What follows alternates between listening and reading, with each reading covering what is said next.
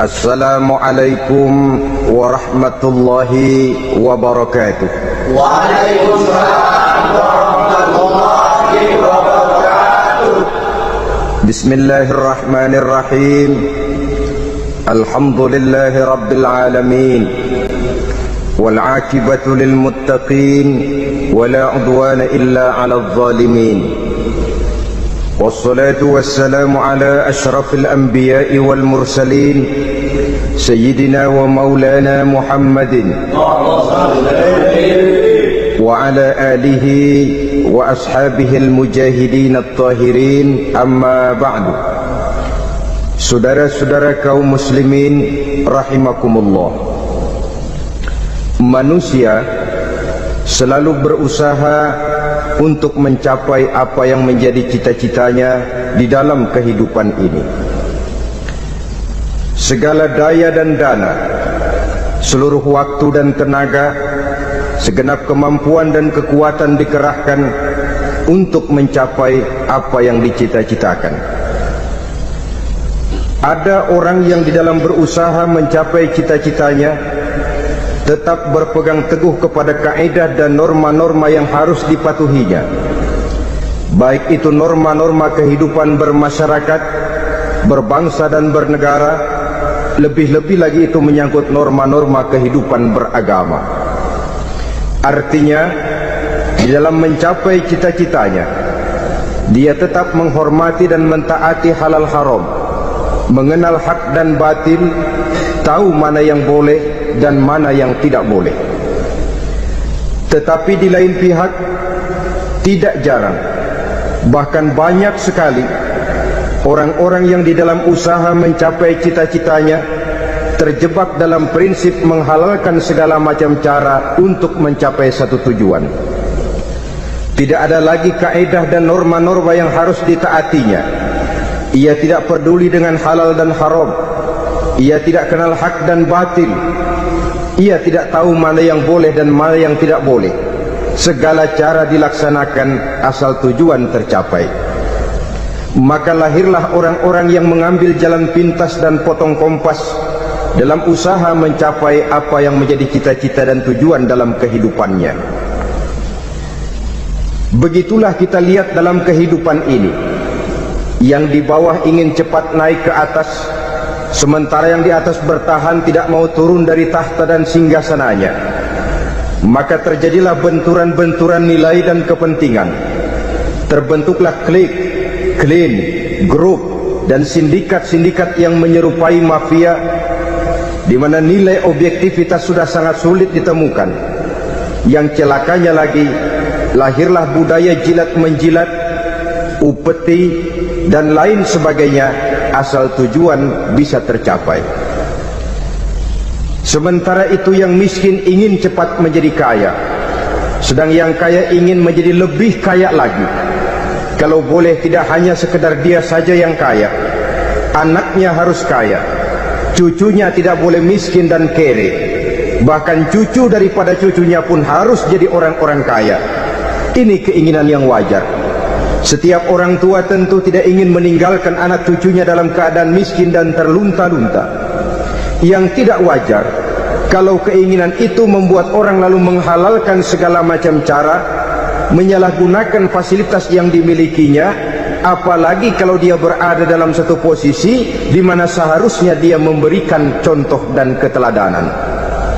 Maka akibatnya timbullah krisis wibawa, yang dari krisis wibawa ini mengendorlah disiplin. Sesungguhnya orang lalai, orang tidak mau berdisiplin karena di mukanya, di matanya, dalam pandangannya tidak ada lagi orang yang dianggapnya berwibawa. Dan wibawa itu hilang oleh karena orang merasa tidak ada keteladanan yang patut dijadikan contoh dalam kehidupannya. Inilah sesuatu yang kurang dirasakan di zaman kita sekarang ini. Bukan kurangnya teori, bukan kurangnya segala macam kaedah dan dalil, tetapi yang kita rasakan sekarang ini kurangnya contoh dan keteladanan dari orang-orang yang seharusnya memberikan contoh dan keteladanan itu. Berangkat dari sejarah dan kehidupan Rasulullah sallallahu alaihi wasallam, keberhasilan yang beliau peroleh salah satu dasar utamanya ialah satunya kata dan perbuatan. Tidak bermental ganda, tidak bermain minyak di atas air, tidak menggunting dalam lipatan. Lidahnya adalah hatinya, ucapannya adalah perbuatannya, dan apa yang beliau ajarkan kepada orang lain, beliaulah pelaksana pertamanya. Saudara-saudara kaum muslimin rahimakumullah, sementara itu pada sisi lain, yang miskin ingin cepat menjadi kaya, maka ia terjebak dalam prinsip tujuan menghalalkan cara apapun saja dilaksanakan asal dia bisa segera menjadi kaya. Maka salah satu jalan yang banyak dilaksanakan orang untuk mencapai kekayaan tanpa harus peras keringat dan banting tulang seperti umumnya orang adalah melalui satu jenis permainan yang umumnya kita kenal dengan nama judi. Ada dua bentuk dan pola daripada judi. Walaupun seiring dengan kemajuan ilmu pengetahuan dan teknologi canggih, peradaban manusia semakin tinggi, maka jenis macam judi yang dimainkan oleh manusia ikut-ikut menjadi canggih. Tetapi pada umumnya ada dua jenis macam judi itu. Pertama, ada judi yang dilakukan secara langsung, dalam arti seorang petaruh berhadapan dengan bandar atau orang berhadapan dengan orang. Dari judi yang dilaksanakan secara langsung ini, efek negatif yang segera bisa kita lihat dengan nyata. Pertama, timbulnya rasa dendam dan permusuhan. Walaupun orang nampak duduk berhadap-hadapan, walaupun kelihatannya mereka tertawa satu sama lain, tapi yakinlah itu cuma sekedar kulit saja. Pikiran yang ada dalam benak tiap-tiap orang yang terlibat dalam perjudian tidak lain ialah bagaimana saya bisa mengalahkan lawan main saya. Akibatnya tentu bisa kita pastikan akan timbullah dendam dan permusuhan bagi yang kalah, akan timbullah rasa sombong dan menganggap remeh orang lain bagi yang menang. Yang kedua, lalainya orang kepada apa yang menjadi tanggung jawab dan kewajibannya. Orang bisa lupa kepada anak dan istri. Kalau kepada anak dan istri saja sudah bisa lupa, apalagi kepada yang lain, sebab anak dan istri memang merupakan bagian daripada kehidupan kita. Konon lagi saudara, konon lagi keluarga yang lain, anak istri saja bisa terlupakan oleh penyakit dan permainan yang bernama judi ini. Yang ketiga, hilangnya rasa sayang kepada harta. Harta yang didapatnya dengan peras keringat dan banting tulang, mungkin pergi pagi dan pulang sore.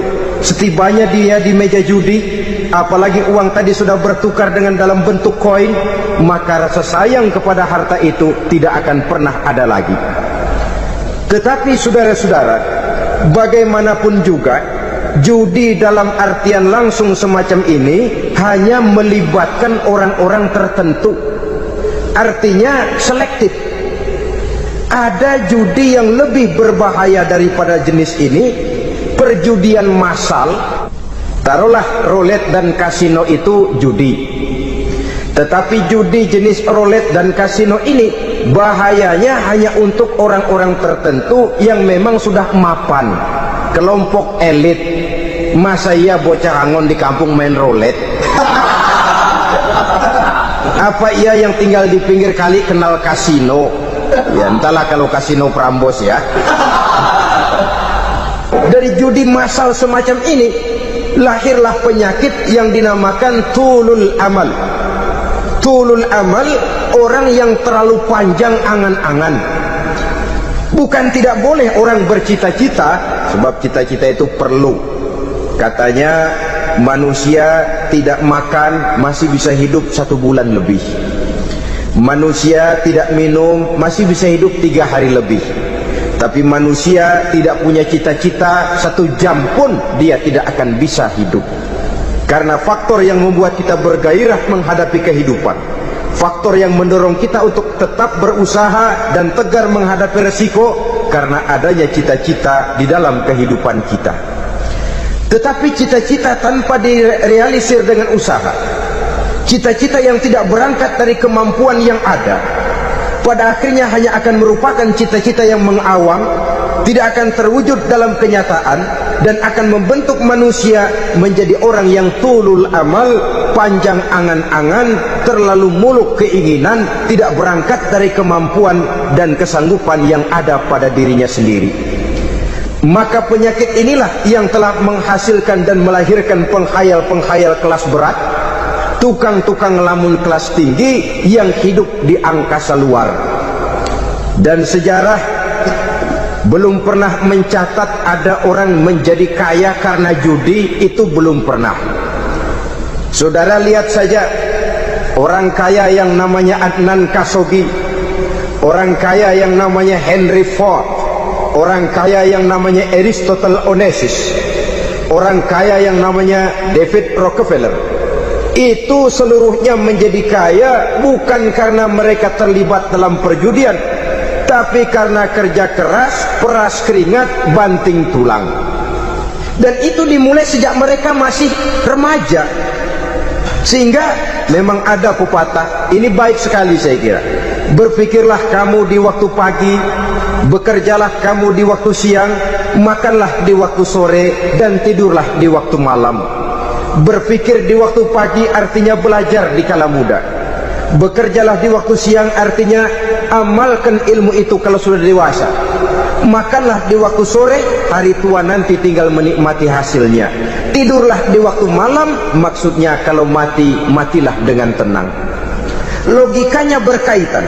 Kalau pagi kita tidak mau berpikir, nanti siang kita tidak akan bisa bekerja.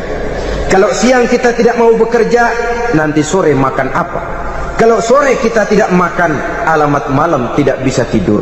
Itu logika. Kalau di kala remaja dan muda kita hanya santai saja, maka hari dewasa kita akan menghadapi hidup ini dengan penuh kebingungan. Kalau hari dewasa penuh dengan kebingungan, alamat hari tua terlunta-lunta. Kalau hari tua terlunta-lunta, kita tidak akan bisa mati dengan tenang meninggalkan alam fana ini. Saudara-saudara kaum muslimin rahimakumullah. Sehingga ada pepatah mengatakan, many a great man start as a newspaper boy, katanya. Banyak orang besar yang mulai pekerjaannya dengan menjual koran. Artinya berangkat dari A. Banyak pengusaha mobil yang memulai pekerjaannya dari tukang cuci mobil, tapi lalu bertahap dan tegar menghadapi kenyataan, sehingga proses demi proses dia hadapi dengan tegar, dengan tabah, dengan sabar, dengan ulet, sampai kepada membuahkan hasil. Kita ingin pintas, kayaknya mau, usahanya tidak mau, senengnya mau, peras keringatnya tidak mau. Ini tentunya akan melahirkan kontradiksi di dalam kehidupan. Maka dari jenis perjudian massal semacam ini lahirlah penyakit tulul amal, panjang angan-angan, terlalu muluk cita-cita. Bayangkan saja kalau ini terjadi secara massal, menimpa nasib rakyat kita di pedesaan yang jauh dari keramaian. Tiap hari mereka didina-bobokkan oleh gambaran tentang akan diperolehnya uang dalam jumlah yang banyak dengan angka nol yang berentet. Tiap hari mereka melihat angka-angka itu. Mereka lambat laun akan terseret dalam arus tulul amal ini. Panjang angan-angan, muluk cita-cita, hanya dengan mengandalkan meja perjudian. Akibatnya timbul penyakit yang kedua, yang ketiga, yaitu malas berusaha. Orang kalau sudah terlalu asik berkhayal, menghitung bintang di langit, malas berusaha. Kalau ada temannya kerja jadi buruh kasar, bawa hasil yang merupakan jerih payah dan peras keringat dia, satu minggu bergaji 10-15 ribu, diketawain. Apaan gaji lu 10 ribu, 15 ribu, entar gua nih kalau ketembus 100 juta, entar. Yang 10 ribu dan 15 ribu keringat orang itu dihina, itu dicela, tetapi dia selalu menghitung, entar nih gua, entarnya wallahu a'lam. Saudara hadirin yang saya muliakan, timbullah sikap malas. Padahal di tengah negara sedang membangun di berbagai bidang kehidupan. Maka sifat malas ini merupakan musuh kita, baik mengejar kemiskinan, baik mengejar kebodohan dan keterbelakangan kita di sektor-sektor lainnya. Alangkah akan terganggunya roda pembangunan di negara kita ini jikalau sebagian besar rakyat dihinggapi oleh penyakit malas, yang malas ini dilatar belakangi oleh penyakit tulul amal, terlalu muluk angan-angan, yang angan-angan ini dininabobokan oleh keinginan untuk mendapatkan untung yang besar tanpa peras keringat dan banting tulang. Sasaran yang lebih jauh, dan ini yang paling kita khawatirkan, hancurnya kubu-kubu pertahanan moral daripada bangsa kita. Kita sependapat bahwa lebih penting daripada membangun jembatan adalah membangun manusia yang membangun jembatan. Bahwa lebih penting daripada mengaspal jalan raya adalah membangun mental manusia yang melaksanakan pengaspalan itu. Dengan kata lain, membangun dan mempersiapkan manusia pembangunan. Tanpa itu, maka saya merasa khawatir kalau nanti kita tidak akan sampai kepada target yang kita harapkan oleh karena kandas di tengah jalan. Saudara-saudara kaum muslimin rahimakumullah, Islam sebagai agama yang mengajarkan manusia untuk berusaha dan mengeluarkan segala kemampuan untuk melaksanakan segala usahanya itu, sangat membenci sifat malas, sangat membenci sifat tulul amal atau panjang angan-angan.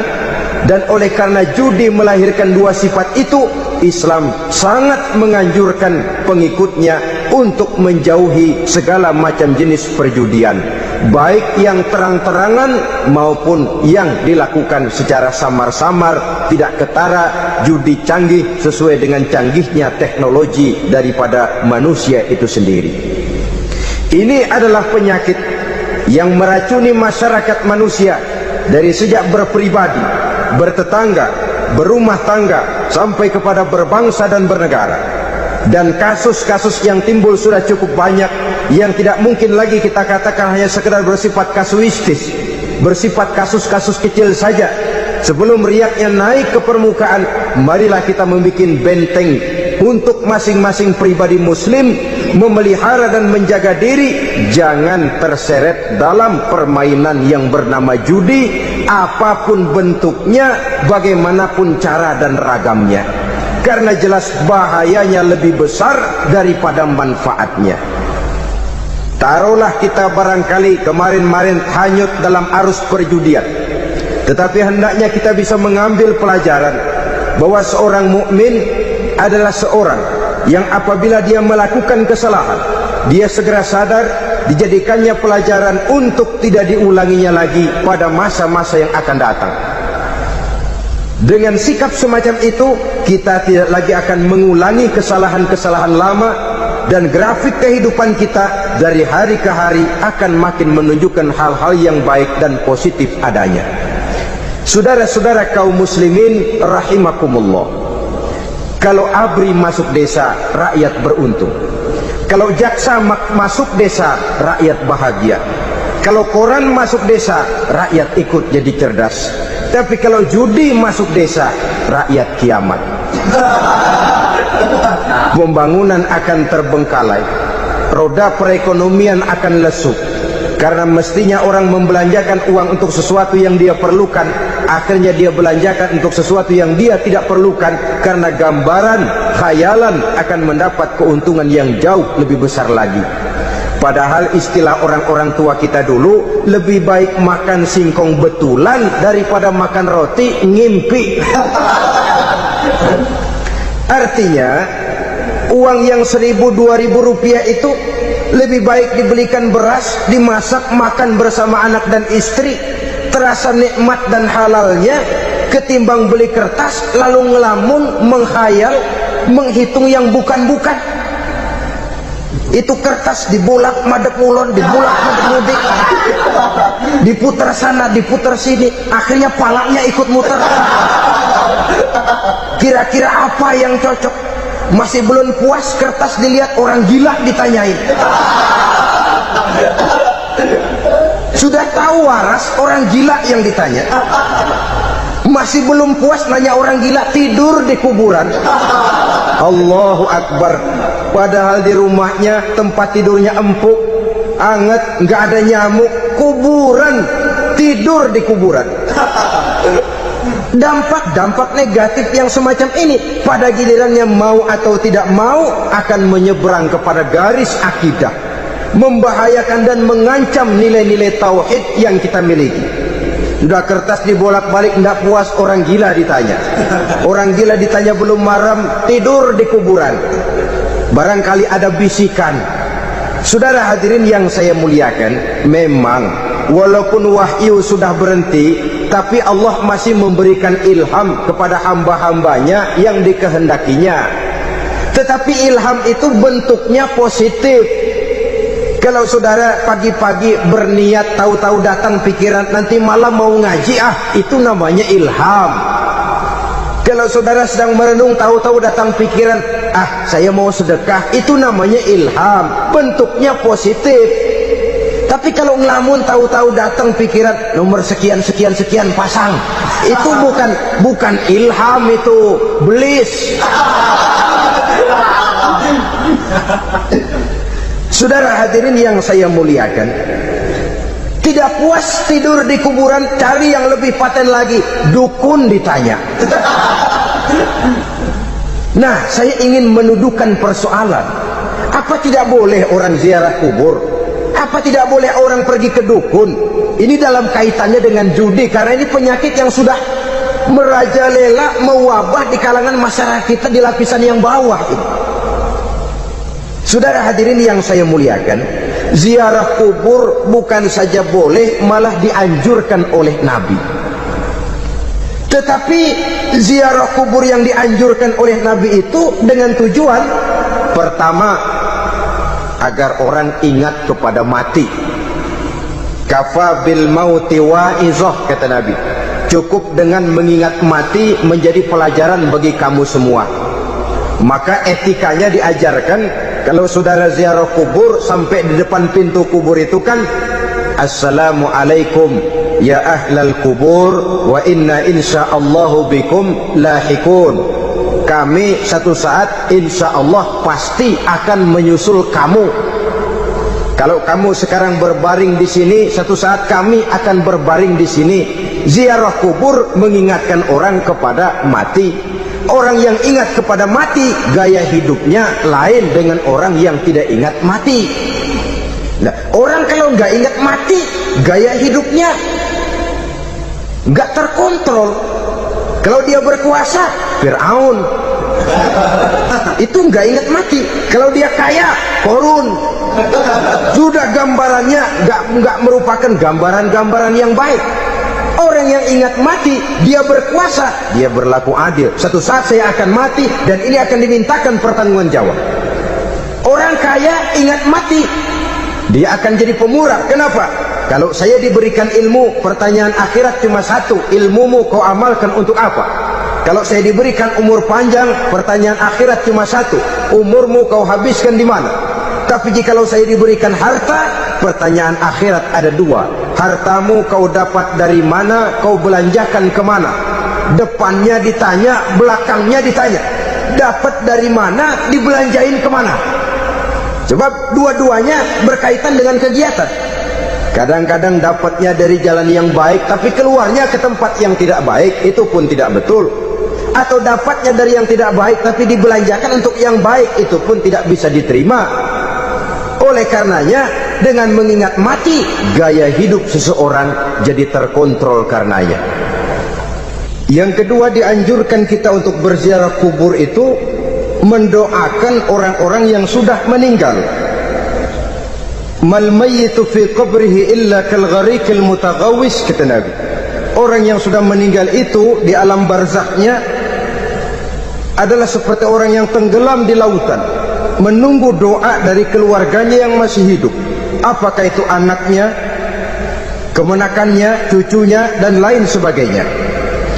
Adapun yang kalau kita ziarahi itu kuburnya orang-orang yang kita tahu merupakan orang soleh, orang yang berjiwa bersih, yang kita kenal ketakwaannya kepada Allah Subhanahu wa ta'ala, tidak ada salahnya kita bertabarruk, asal jangan dengan satu keyakinan bahwa dia secara mandiri bisa mendoakan kita. Dia hanya bisa melakukan itu hanya dengan izin Allah. Nah, umumnya orang kalau sudah ziarah ke kubur-kubur keramat itu, Allahnya kelupaan. Itu yang dikhawatirkan merusak dan mengganggu akidah. Sehingga di awal-awal perkembangan Islam, Nabi pernah melarang orang ziarah kubur itu.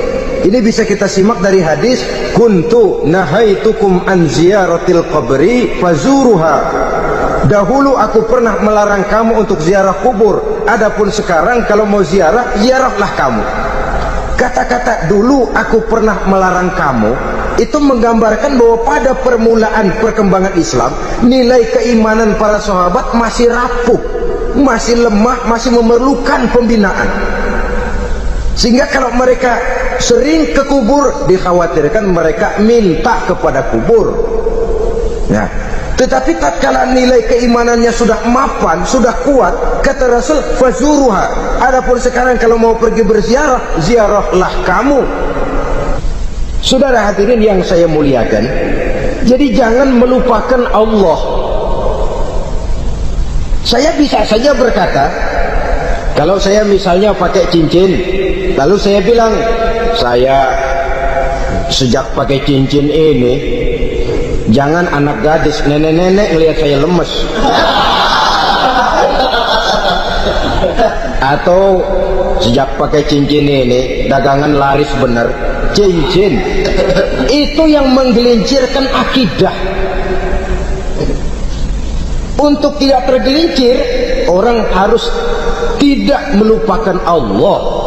Dia bisa berkata, alhamdulillah, Allah memberikan keistimewaan kepada batu cincin saya. Batu cincinnya tidak apa-apa, Allah yang memberikan keistimewaan. Ini dalam bentuk yang langsung. Dalam bentuk yang tidak langsung kita bisa lihat, misalnya kalau petani ditanya, oh ini bisa panen besar ini rahasianya apa Pak? Oh, pupuk urea. Pupuk urea. Nah, Allah nomor 16. Seorang petani yang baik keimanannya, dia akan berkata, kami bisa panen besar karena izin Allah. Lah, kalau pupuknya mah pakai pupuk urea, izin Allahnya dahulu, baru kemudian pupuknya nyusul. Jadi sebenarnya bukan cuma pergi ke dukun yang bisa merusak keimanan, pergi ke dokter juga bisa loh merusak keimanan. Kalau berkeyakinan bahwa dokter itulah yang memberikan sembuh, kenapa akidah saudara tidak tergelincir karenanya? Dokter hanya memberikan obat dan resep, sembuh itu datangnya dari Allah. Ini yang diungkapkan lewat lisan Nabi Ibrahim alaihissalam, wa idza maridtu fahuwa yashfini. Apabila aku sakit, dialah Allah yang memberikan sembuh. Jangan juga menyalahartikan ayat ini. Ada ayat begini, sakit terus nekat, udah nggak usah berobat dah, memang penyakit dari Tuhan, ntar waktunya baik ya baik ya. Udah ampek terus dah. Orang yang berobat saja belum tentu sembuh, apalagi yang tidak berobat. Sama juga orang nggak sembahyang kita ajakin, ngotot, lo juga yang sembahyang belum tentu masuk surga katanya. Lah yang sembahyang belum tentu masuk surga, bagaimana cengoran lo yang nggak sembahyang?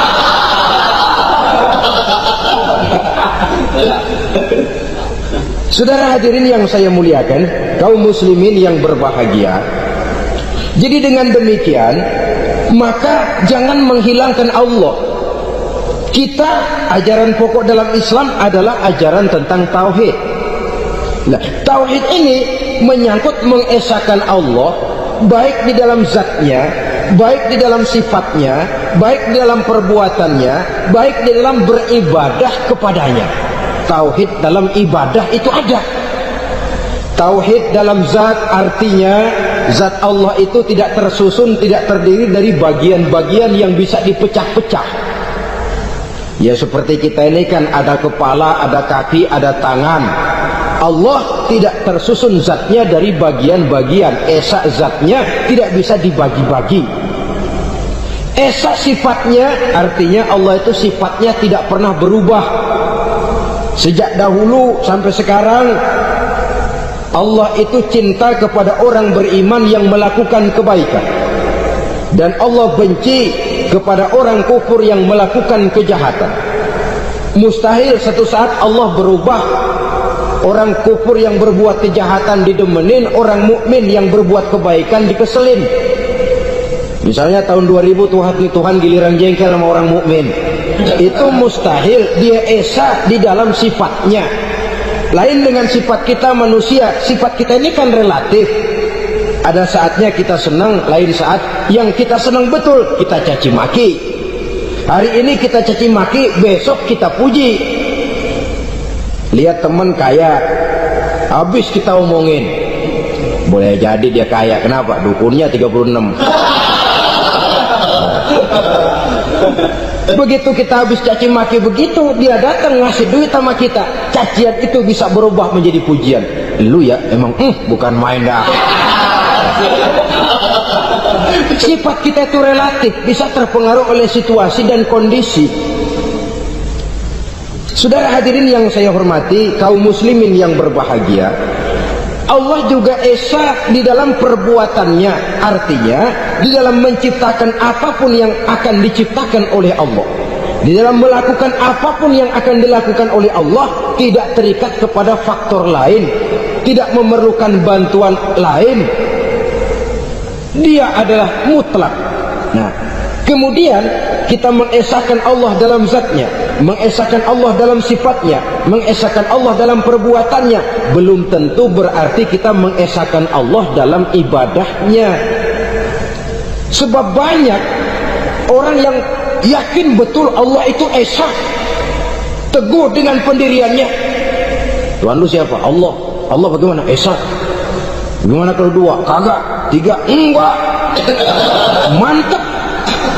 Soal tahlil paten. Tapi dalam ibadah kadang-kadang dia tidak mentauhidkan Allah. Ini makna wa ma umiru illa liya'budullaha mukhlisin. Kami tidak memerintahkan kepadamu kecuali untuk beribadah kepadaku, kata Allah, dengan ikhlas. Beribadah kepada Allah dengan ikhlas itu artinya apa? Beribadah hanya untuk Allah saja. Nah, kalau hanya untuk Allah saja, lalu kita minta berdoa di depan kuburan orang yang soleh, apa syirik? Tidak syirik. Kalau kita berkeyakinan bahwa orang tempat kita memanjatkan doa itu hanya bisa mendoakan kita dengan izin Allah. Dia sendiri tidak punya kekuasaan apa-apa. Tanpa izin Allah dia tidak bisa berbuat apa-apa. Itu tidak menyebabkan orang menjadi syirik. Sama saja dengan kalau saya berkata tadi, alhamdulillah Allah telah memberikan keistimewaan kepada batu cincin saya. Apa salahnya Allah memberikan keistimewaan kepada benda-benda mati? Allah memberikan keistimewaan kepada Hajar Aswad, benda mati. Allah memberikan keistimewaan kepada Masjidil Haram, benda mati. Allah memberikan keistimewaan kepada Ka'bah, benda mati.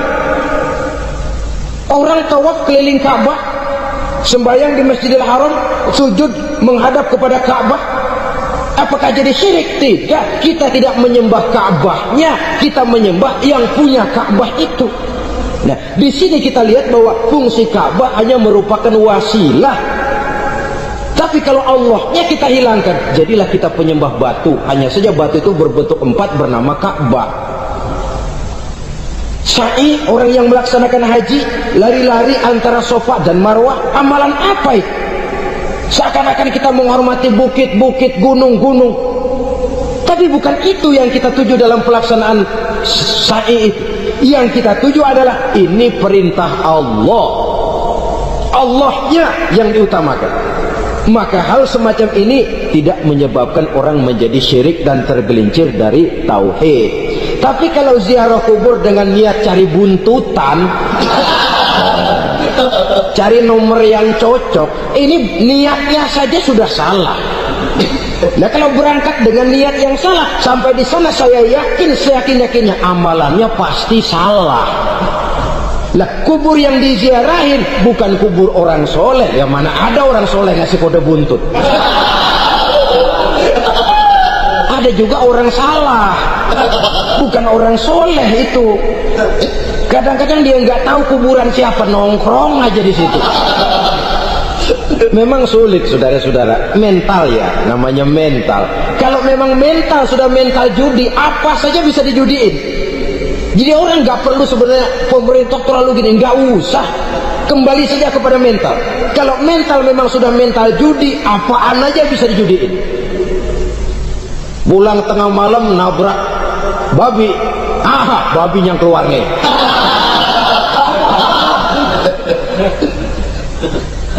Mobil lewat nomornya bisa dijudiin, bajai lewat bajai bisa dijudiin. Mental, kalau memang mental sudah mental judi, apapun saja bisa dijudikan.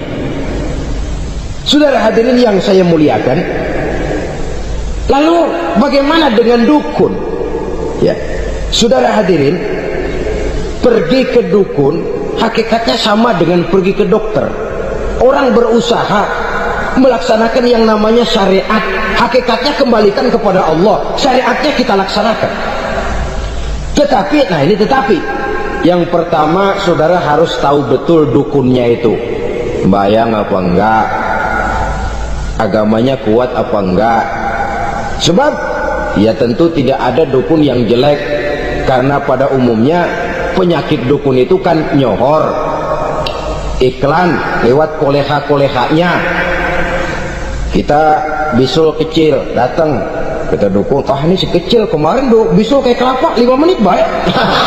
5 menit padahal kemarin kagak ada yang datang. Diolah sedemikian rupa supaya orang mantap.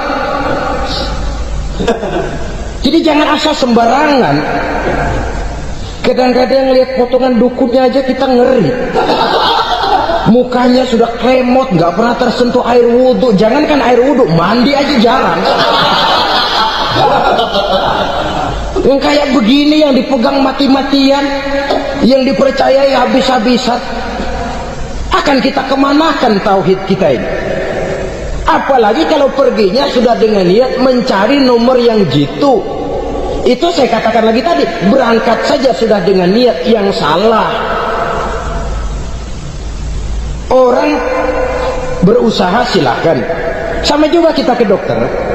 Oleh dokter kan setelah diperiksa penyakit kita, lalu dianalisa, oh ini penyakitnya ini, kemudian diberikan obat. Lah obat itu kan tentu ada aturan minumnya tuh. Yang kapsul ini sehari 3 kali, yang tablet ini sehari 2 kali. Kalau kita minumnya kelebihan, overdosis namanya. Saking pengen cepet baik, sekali minum 10 tablet. Ya memang nggak sakit-sakit lagi, tapi nggak hidup sudah. Habis. Kita pun dalam melaksanakan amalan hidup beragama begitu. Saudara datang kepada kiai, orang-orang soleh, meminta amalan, wiridan, itu jangan sampai overdosis. Tidak sesuai dengan kemampuan pribadi. Wong masih SD sudah minta matematika kelas SMP, celeng. Baru SMP sudah minta diajarkan filsafat kelas perguruan tinggi, semaput. Kenapa? Daya tampungnya nggak kuat. Emang ukuran secangkir, minta di sini seember, ya luber. Lebihnya nggak cukup. Kenapa? Yang diberikan, yang diamalkan tidak sesuai dengan makomnya, tidak sesuai dengan kemampuan yang ada pada dirinya. Saudara hadirin yang saya muliakan, akhirnya apa? Mencelakakan dirinya sendiri, ngawur. Baru sembahyang seminggu udah ngaku ketemu malaikat. Sembahyang ditemenin malaikat, lah sembahyang baru seminggu mulai, itu malaikat iseng amat. Ya walaupun kalau Allah izinkan tidak mustahil, tapi kan tidak logik. Orang yang melaksanakan ibadah puluhan tahun memerlukan riyadhah dan latihan, khusyuk dan tawadhu, penuh tazallul, merendahkan diri di hadapan Allah, belum tentu mendapat karunia yang semacam itu. Saudara hadirin yang saya muliakan, jadi dengan kata lain, yang pertama, lihatlah dulu kualitas dukun yang akan saudara datangi itu. Ini kualitas black apa kualitas white, aspal apa cat putih. Sehingga jangan sampai kita salah pilih. Sebab biasanya orang kalau sudah hanyut di kali, rumput pun dia pegangin. Dia tahu kalau rumput tidak akan bisa menahan bobot badannya, tapi karena posisinya posisi terjepit, rumput pun dia pegang. Ini satu gambaran psikologis betapa orang dalam keadaan panik, kepepet, kejepit, yang tidak mestinya dipegang pun akan dipegangnya juga. Walaupun dia tahu itu tidak akan bisa menahan bobot badannya, namun dipegangnya juga. Oleh karenanya, yang pertama, lihat dulu kualitas dukunnya. Yang kedua, saudara-saudara, jangan berkeyakinan bahwa dukun itulah yang memberikan permintaan saudara. Si dukun hanya bisa dengan izin Allah. Nah ini kuncinya. Kalau izin Allahnya dihilangkan, dan ini yang jarang. Bah, biasanya kalau kita diajak ke dukun, di sono aja no paten banget. Abah ano, abah ini, abah ano, abah-abah. Nah, lalu pikiran kita kan terfokus. Dikala itulah kita mulai menyampingkan Allah. Di situ yang dikhawatirkan nilai tauhid kita jadi tergoyah karenanya. Bahwa orang yang kita datangi, yang kita kenal kesolehan dan ketakwaannya, hanya bisa memberikan pertolongan dengan izin Allah. Dengan izin Allah dia doakan kita dan doanya kabul. Dengan izin Allah dia penuhi hajat kita dan hajat kita jadi terlaksana, jadi kenyataan dengan izin Allah. Sebab Allah itu memberikan keistimewaan. Ada waktu istimewa, ada tempat istimewa, ada jam istimewa. Kenapa sih sedekah hari Jumat dengan sedekah hari Kamis pahalanya kok lebih besar hari Jumat? Karena itu waktu istimewa. Kenapa untuk sembahyang sunnah dianjurkan sepertiga malam yang terakhir? Karena itu waktu istimewa. Kenapa doa di Multazam, di dekat Hajar Aswad, di Hijr Ismail, di Raudhah dikabulkan Allah? Karena itu tempat istimewa. Memang kadang-kadang ada orang berkata, kalau mau berdoa kenapa mesti di kuburan wali? Di rumah juga berdoa, Tuhan dengar. Betul, Tuhan dengar, bahkan tidak berdoa pun Allah tahu isi hati kita. Tapi soal dikabulkan atau tidak, itu hak Allah. Dan Allah memberikan fasilitas kepada tempat-tempat tertentu dan istimewa. Dan itu diajarkan oleh Nabi. Di Raudhah perbanyak doa. Kenapa? Itu tempat yang mustajabah. Artinya Allah memberikan keistimewaan kepada tempat-tempat tertentu. Dalam konteksnya dengan ini, makom para aulia, para wali, para ulama soleh, tidak ada salahnya kita berdoa di sana, bertawassul, bukan meminta kepada si kiai, bukan meminta kepada si ulama, bukan meminta kepada si wali, meminta kepada Allah melalui tempat yang orangnya kita yakin dekat dengan Allah. Walaupun Allah tidak memerlukan perantara, itu jelas. Allah tidak memerlukan calo, memang. Tapi Allah menyediakan waktu dan tempat-tempat istimewa, itu harus kita manfaatkan untuk mendekatkan diri dan berdoa kepadanya. Saudara-saudara kaum muslimin rahimakumullah, saya kembali dalam konteksnya dengan dukun yang akhir-akhir ini jadi populer karena merajalelanya judi sampai kepada desa-desa, pedesaan-pedesaan terpencil, yang akibatnya menjauhkan orang dari nilai tauhid. Padahal benar kalau orang berkata kadzabal munajjimun walau sodaku, tukang-tukang ramal itu bohong walaupun benar. Kalaupun betul, kebetulan. Itu maksudnya bohong walaupun betul, betulnya betul kebetulan. Maka para remaja itu biasanya gemar kepada membaca bintang Anda minggu ini, kan begitu toh? Apa Aries, apa Virgo, apa Leo dan sebagainya, dan itu memang menarik untuk dibaca. Rezeki sebelah kulon, asmara anget. Saudara hadirin, hal yang semacam ini boleh saja untuk dibaca, tapi tidak untuk diyakini kebenarannya. Boleh saja untuk dibaca, tapi tidak untuk diyakini kebenarannya. Karena meyakini kebenarannya sama saja dengan mendahului Allah. Dan itu bisa menggelincirkan nilai-nilai tauhid kita. Tauhid dalam ibadah, saya katakan tadi, menyembah hanya kepada Allah. bermohon hanya kepada Allah dengan menggunakan fasilitas-fasilitas yang disediakan oleh Allah, baik berupa waktu maupun tempat-tempat tertentu. Dan orang-orang, kalau waktu dan tempat saja ada yang diberikan keistimewaan oleh Allah, padahal tempat itu benda mati, apalagi manusia yang merupakan makhluk hidup.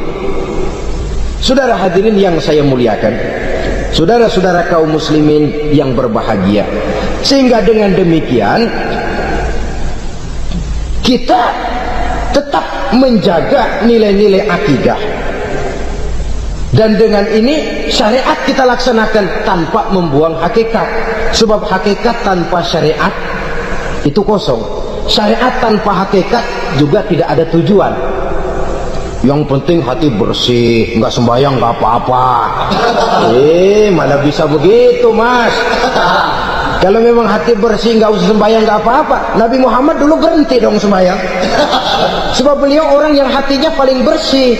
Nah, orang yang hatinya paling bersih saja sembahyangnya nggak berhenti, masa kita lalu mau berhenti? Yang penting kan kita bisa dekat dengan Allah melalui perasaan, banyak-banyak ingat. Apa itu sembahyang? Macam-macam. Itu hakikat saja tanpa syariat ia tidak bisa. Syariat saja tanpa hakikat juga gerak lahir yang tanpa roh namanya. Kita melakukan sholat tapi kita tidak tahu untuk apa kita sholat dan kenapa kita sholat dan siapa yang kita sembah di dalam kita sholat. Sehingga dengan demikian keduanya tidak bisa terpisahkan satu sama lain, seperti halnya kulit dan isi. Barangkali pernah saya ingatkan, kulit penting, isi pun juga penting. Hakikat penting, syariat juga penting.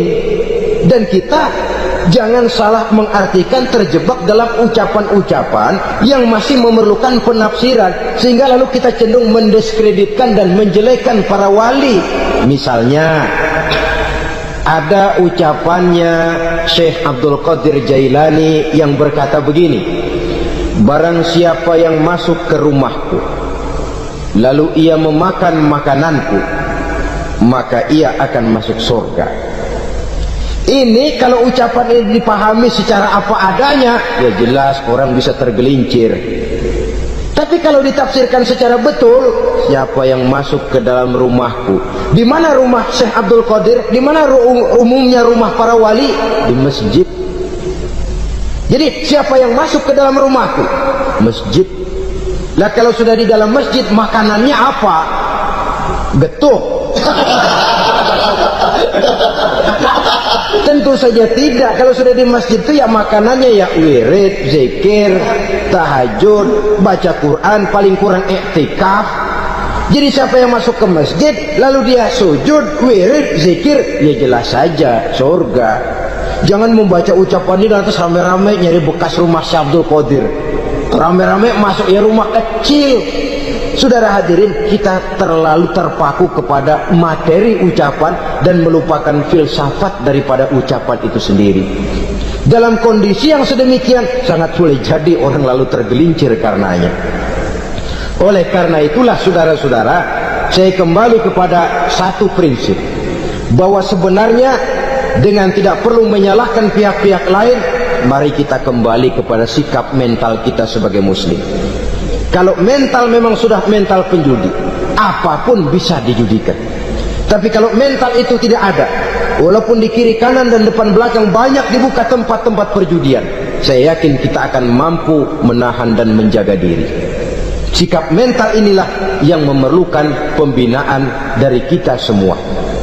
Sehingga dengan demikian kita akan menjadi pribadi-pribadi yang bisa bertahan dari segala gempuran-gempuran yang datang dari luar karena adanya prinsip ketahanan mental itu tadi. Sekali lagi saya ingatkan bahwa judi selamanya tidak akan pernah mendatangkan kebahagiaan. Judi tidak akan membuat orang menjadi kaya. Judi tidak akan membuat orang makin akrab berteman dan bersaudara.